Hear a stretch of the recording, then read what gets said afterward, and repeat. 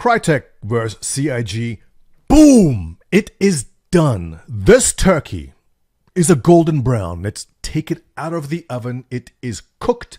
It is over for Crytek.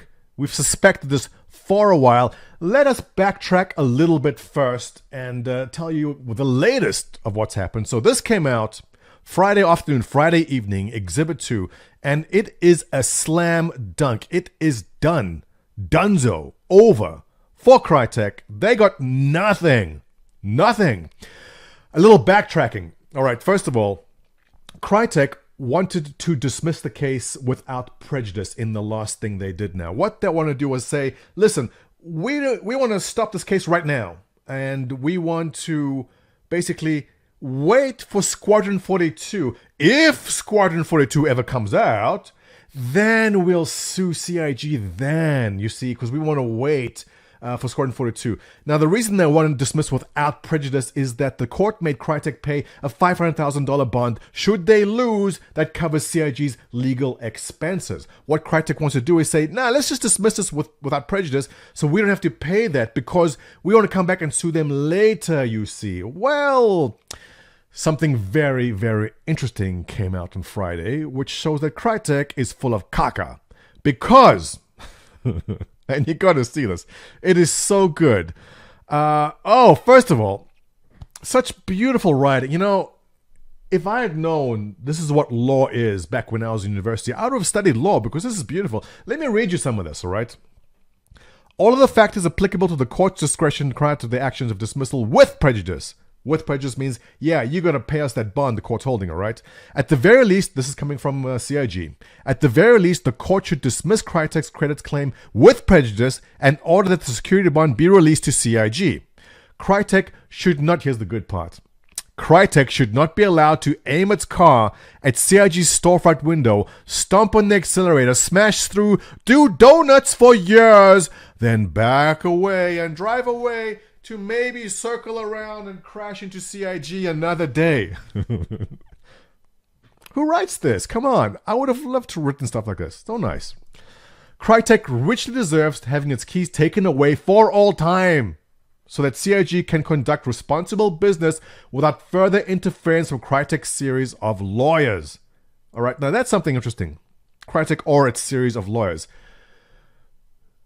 Skadden was the original law firm that Crytek had hired to handle this. Remember Skadden? Now, Skadden is no joke. Skadden is a very, very serious firm. You don't go to Skadden if your neighbor has a tree branch and his leaves are falling into your pool. You go to Skadden when it's a really big deal. And Skadden goes, well, we'll take your case, we won't take that case. They can pick and choose who they want to do business with. Skadden wants to take winning cases. So when Crytek got Skadden, yeah, it's pretty concerning.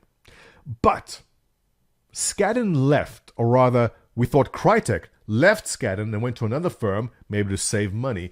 But the real reason, it's so juicy, the real reason Skadden and Crytek were not working together will become apparent very, very soon. All right.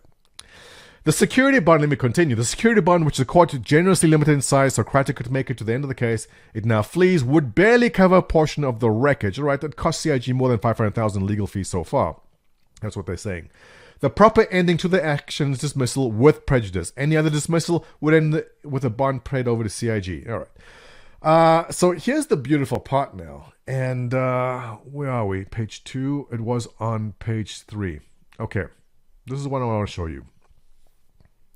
Discovery on the Amazon license shows that in May of 2019, a year and a half after the launching of the action, Crytek sheepishly and belatedly emailed Amazon to ask if it had truly granted CIG a license covering prior versions of CryEngine, including those licensed to CIG under the GLA.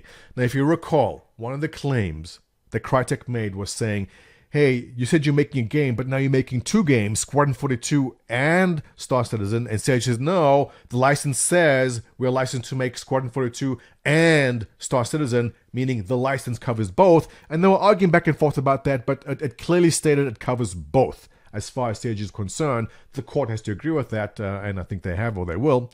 We'll take a look over a nice summary of what the court did and do not agree upon. It was posted here on Reddit by Crytek. We'll get to that in a second, but look at this.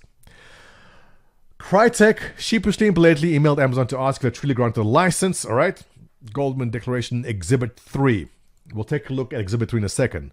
In that email, Crytek conceded that an affirmative answer would likely tank its Squadron 42 claim. Meaning, if Amazon said, yeah, we did license them, then they have nothing. They'll have to drop the claim. It's going to tank it. The sits are right here. Crytek conceded that. Let's take a look at Exhibit 3.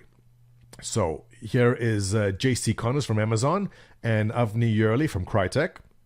Hey Avni, sorry for the late reply, as I've been traveling for a bit, says JC. Normally, we wouldn't discuss a customer relationship. Those relationships are confidential, and we take that very seriously. However, given the circumstances, we have asked CIG for authorization to share, and they have given approval. We can confirm that, yes, Amazon did license Lumberyard to CIG in 2016. We have included CryEngine, what you licensed to us, as part of the license to CIG.